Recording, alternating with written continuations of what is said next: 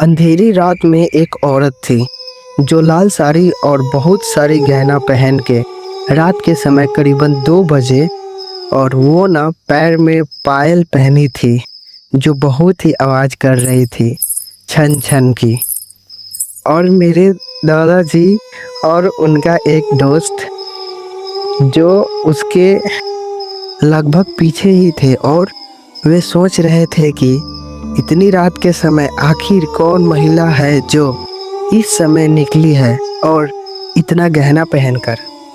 मेरे दादाजी और उनके दोस्त उस महिला के पीछे जाने लगे और वो महिला ना मतलब सीधा जंगल की ओर जा रही थी।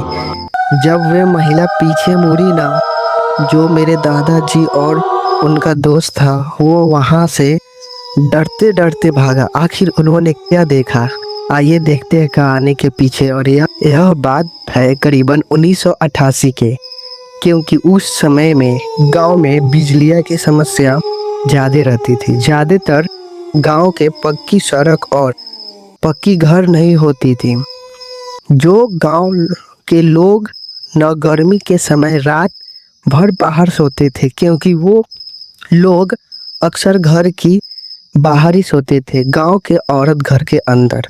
और एक दिन बहुत ही ज़्यादा गर्मी थी और उस दिन सबसे अंधेरी रात थी और गांव के लोग गर्मी से घर से बाहर निकले। और मेरे दादाजी बताते हैं कि उस दिन बहुत ही ज़्यादा गर्मी थी। उन्होंने एक गंजी और धोती पहने थे और जो उनका दोस्त था ना, वो भी घर से बाहर निकला गर्मी के वजह। उन दोनों ने एक दूसरे से बात करते करते खेत की ओर गए और उन दोनों ने देखा कि एक महिला जो लाल साड़ी और उसके बाल बहुत बड़ी बड़ी, उसके शरीर के हर एक अंग पर गहनों की सुंदर सुंदर आभूषणें थे। और सबसे ज़्यादा रोमांचक करने वाली बात थी कि उसकी पायल बहुत बड़ा था।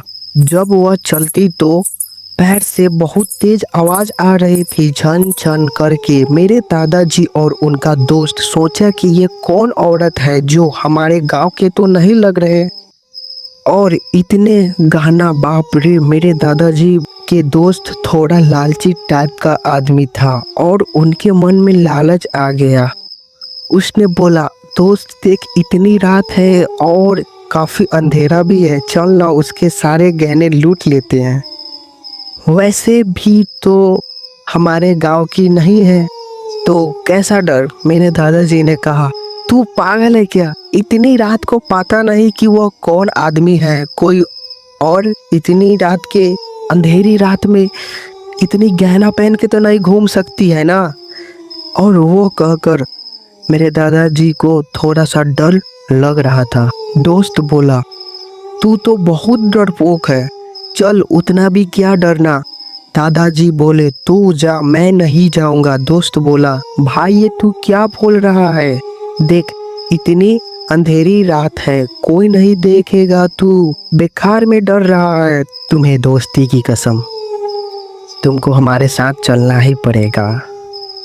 दादाजी के दोस्त जिद करने लगे, भाई तू चल, यहाँ ऐसा बार बार मौका नहीं मिलता है और अंधेरी रात है, वो हम लोगों को चेहरे नहीं देख पाएगी और हम लोग उसके गहने छीनकर भाग जाएंगे। बोल क्या बोलता है। तो मेरे दादाजी ने डरते आवाज में कहा, ठीक है चल। और वो महिला जंगल की तरफ जाने लगी। जहाँ और भी अंधेरा था उसी तरफ जाने लगी। दादाजी के दोस्त ने बोला, वाह भाई, वो तो अंधेरे में जा रही है। दादाजी बोले, भाई कुछ ठीक नहीं लग रहा। दोस्त, कहा भाई, तू कितना डर रहा है भाई, चल आराम से चल। दादाजी के दोस्त कहा, अच्छा ठीक है, तुम्हें पीछे डर लग रहा है तो तुम थोड़ा आगे चले जाओ, मैं थोड़ा पीछे चला जाता हूँ। और इन दोनों ने उसके पीछे जाने लगे। कुछ समय आगे चलते गए तो दोनों ने थोड़ा था महसूस किया कि उन दोनों को थोड़ा थोड़ा डर लगने लगा। पर उन्होंने रुका नहीं और थोड़ा और आगे गया। जब उसे थोड़ा और करीब पहुंचा तो वो महिला जो मुड़ी, मतलब पीछे मुड़ के देखी। भाई साहब, जब महिला पीछे मुड़ी ना तो उसका चेहरा एकदम चुड़ैल जैसी थी, यानी कि कोई भूत का नहीं होता है पूरा जला हुआ और बिकता हुआ, यानी खराब सा मुंह, सेम सेम वैसा ही मुंह था।